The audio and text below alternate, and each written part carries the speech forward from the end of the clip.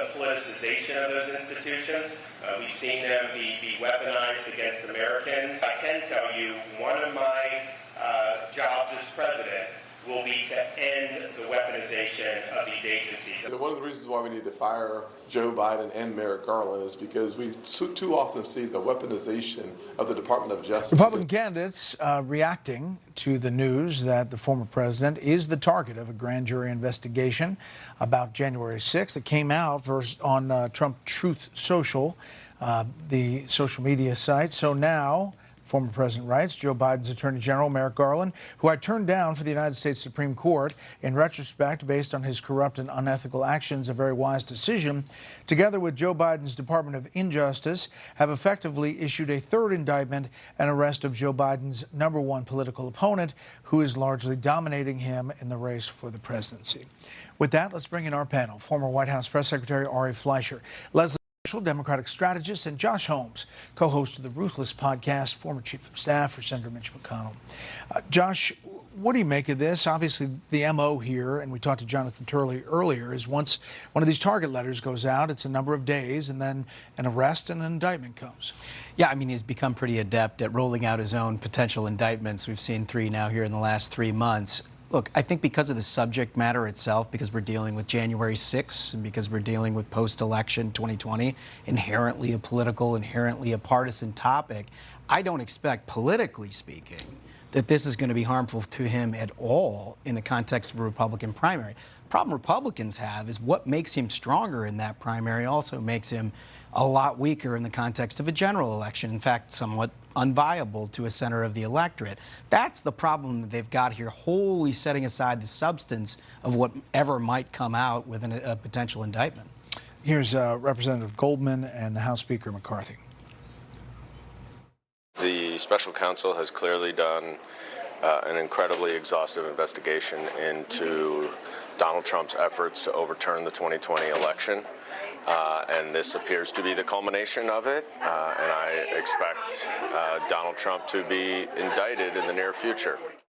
President Trump went up in the polls and was actually surpassing President Biden for re-election, so what do they do now? Weaponize government to go after their #1 opponent. The American public is tired of this. They want to see equal justice, and the idea that they utilize this to go after those who politically disagree with them is wrong. Leslie, what do you think? Well, I think equal justice means that nobody's above the law, even if you're a former president, even if you're running for office.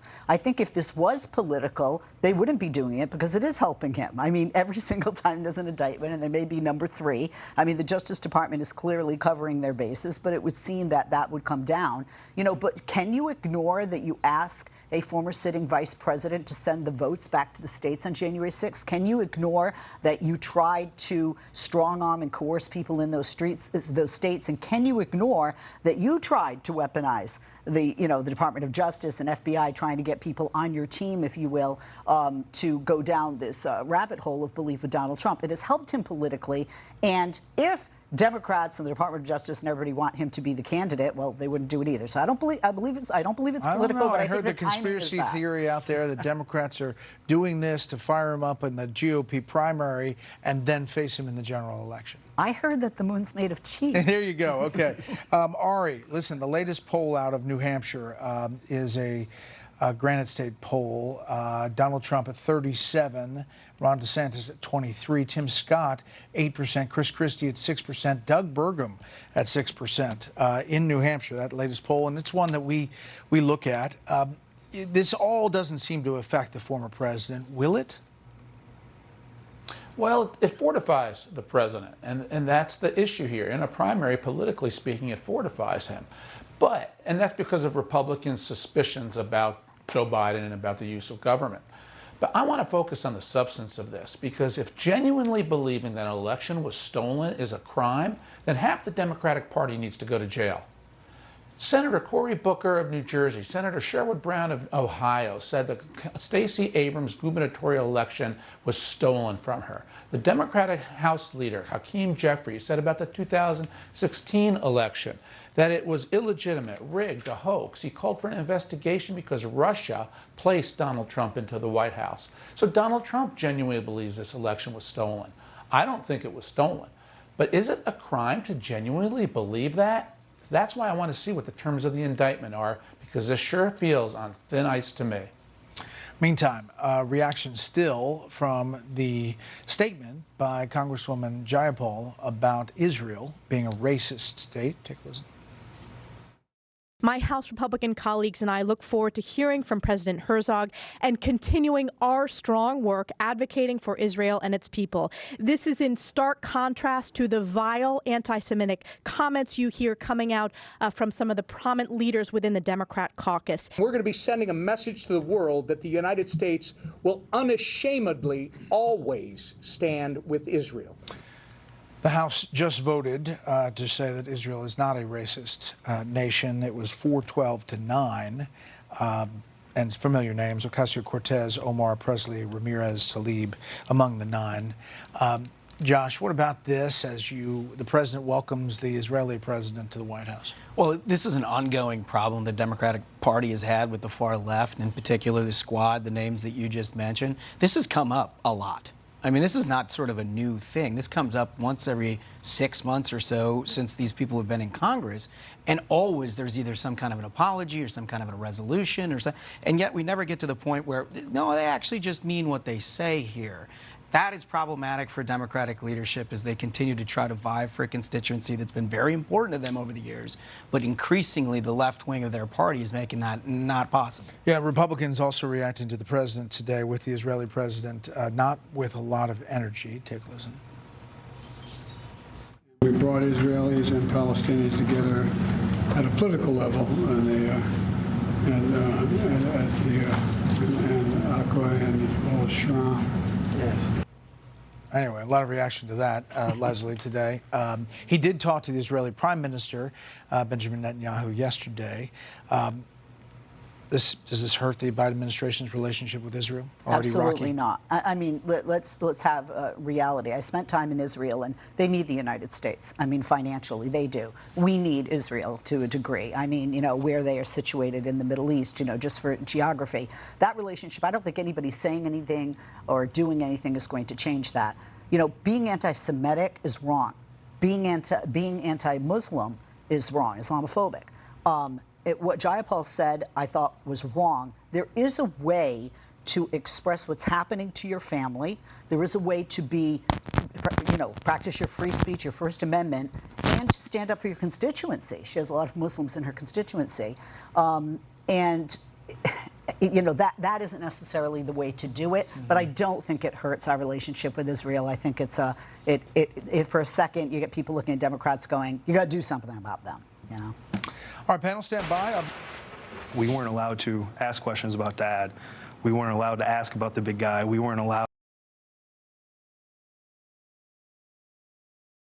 to include certain names and document requests and search warrants. You know, there were definitely hindrances that I've never seen before in my 14 years concerning this investigation that didn't allow us to follow through on an investigation of any other individual, to include President Biden. The investigation, Hunter Biden and the whistleblower. Now there'll be testimony on Capitol Hill. New York Post saying an FBI agent also is backing that up, that he's expected to decline to respond to House Oversight Committee questions about the ongoing case involving the first son. The general counsel sent a letter saying don't do it just hours before the agent was set to testify, even though a source tells the Post that the FBI knew of a scheduled Monday deposition for several days. You should instead refer such questions to the FBI's Office of Congressional Affairs. This is the FBI talking to this person. We're back with the panel. Ari, what do you make of all of this and this whistleblower and what we may see tomorrow? Brett, I've seen so many investigations in the course of my time in Washington, and I'll give you one piece of advice. Pay more attention to what's said by the privates, the corporals, the lieutenants, the sergeants, the captains, the people in the field, than to what the generals on the top say. Those IRS agents, the FBI supervisory agent, they were there, they saw, they heard, they know. The people at the top tell you what they want you to hear. I think there's tremendous credibility on the side of these whistleblowers. Now there's two, Josh, and we'll hear from the new one that was called X up until tomorrow. Yeah, I mean, look, setting aside the sort of substance of this for a second, the backdrop of a potential new Trump indictment is a really potential for explosive stuff here. I mean, the whole idea that there's two systems of justice may very well be playing out in front of us as we speak. And I think this only sort of further examines how Republicans are going to get into this. They're not going to drop it. They're going to get answers to this. These IRS agents have absolutely no motive to lie here. So they're going to get to the bottom of it. I think it's a really important potential investigation. There'll be a lot of eyebrows raised about the timing of the Target letter and this testimony, obviously, Leslie, but it doesn't get picked up a lot of places, and it is significant if you look through the prism of if it happened in another administration.